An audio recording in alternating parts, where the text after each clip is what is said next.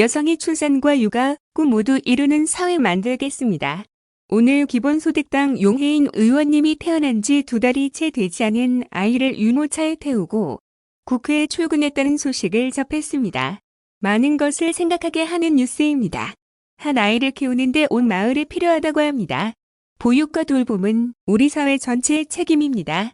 그러나 많이 개선되고 있지만 여전히 제도적 환경과 사회적 인식이 뒷받침되지 못한 것도 사실입니다.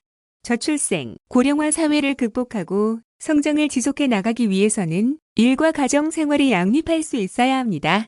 국회가 먼저 육아와 보육 친화적인 일터로 변한다면 우리 사회 문화 변화를 더 빨리 이룰 수 있을 것입니다. 용혜인 의원님이 발의한 아이동반법도 속히 통과해 그 변곡점이 되기를 기대합니다.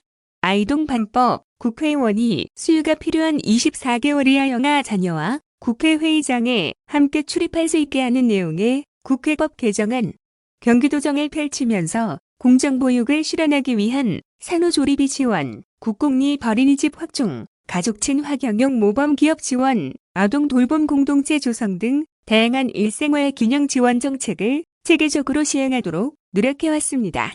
그 결과 경기도에서는 국공립 어린이집이 2018년 695개소에서 2021년 1136개로 증가했고 이용률은 2018년 11.9%에서 2021년 20.6%로 2배 가까이 증가했습니다.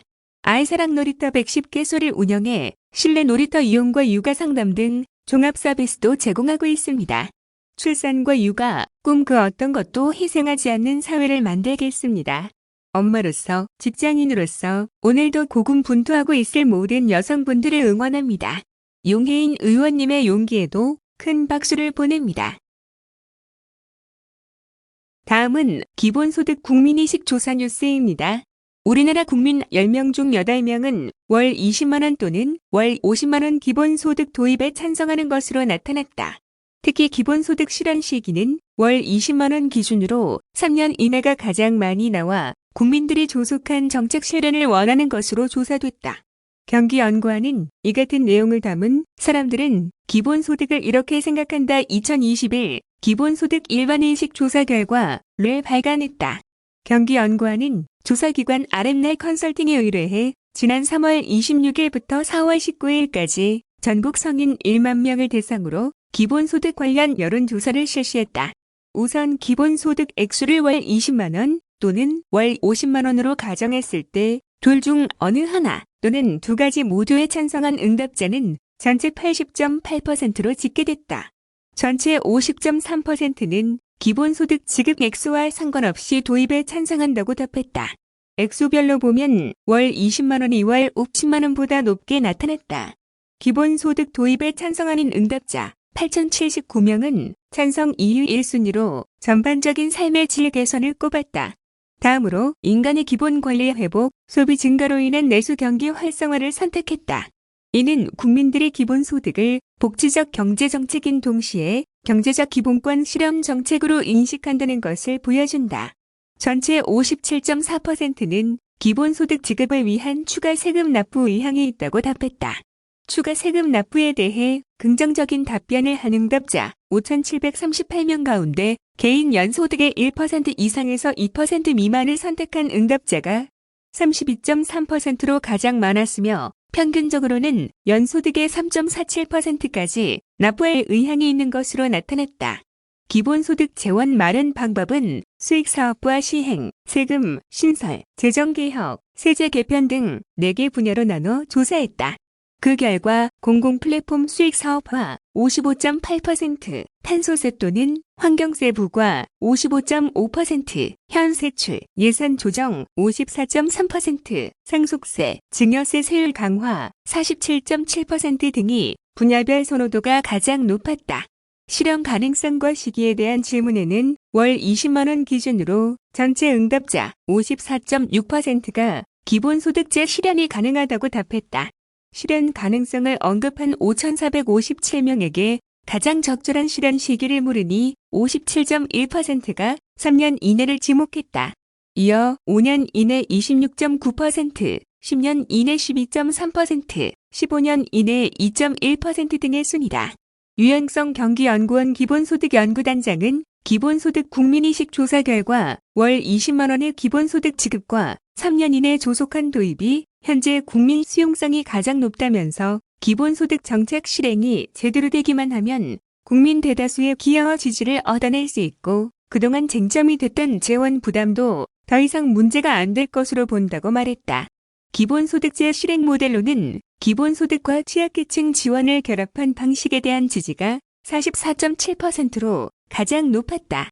이 점에 착안해 유형성 단장은 보편 지급인 기본소득과 선별 지급인 취약층 지원을 서로 대립시켜 다루지 말고 상호 보완적으로 결합하는 이중구조 정책을 취할 필요가 있다고 덧붙였다. 다음은 수표 발행 후 미사용 고액 체납자 가택수색 뉴스입니다. 경기도가 고액 체납자의 발행, 수표 미사용 현황을 토대로 가택수색 등을 실시한 결과 28명으로부터 현금, 귀금속, 선박 등 20억 원 상당의 은닉재산을 징수, 압류했다. 경기도는 지난 2월부터 6월까지 지방세 1,000만 원 이상의 고액 체납자 2만 8천여 명을 대상으로 제1금융권 은행 17곳의 수표 발행 후 미사용 현황을 조사했다. 납세 회피가 아닌 경제적 상황으로 세금을 안 냈다면 발행한 수표를 사용했을 것이라는 판단에서다. 이에 법인과 행방불명자를 제외하고 재산이 있을 것으로 추정되는 체납자 28명에 대한 가택수색을 시행했다. 가택수색 결과 수표와 현금 약 5억 원을 발견해 즉시 징수했다. 아울러 고가의 명품 시계 9점, 금거북이를 비롯한 귀금속 200여 점, 명품백, 선박, 지게차 등을 압류했다. 도는 수표, 현금을 제외한 압류품 가치를 약 15억 원으로 평가하고 있다.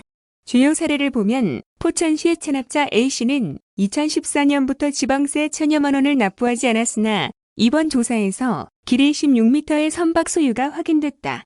도는 선박 소재지까지 추적해 강원도 양양군에서 계류 중인 A씨 선박의 시동키, 조타키를 봉인하고 항만관리소에 출항 금지 협조를 구해 공매를 진행 중이다.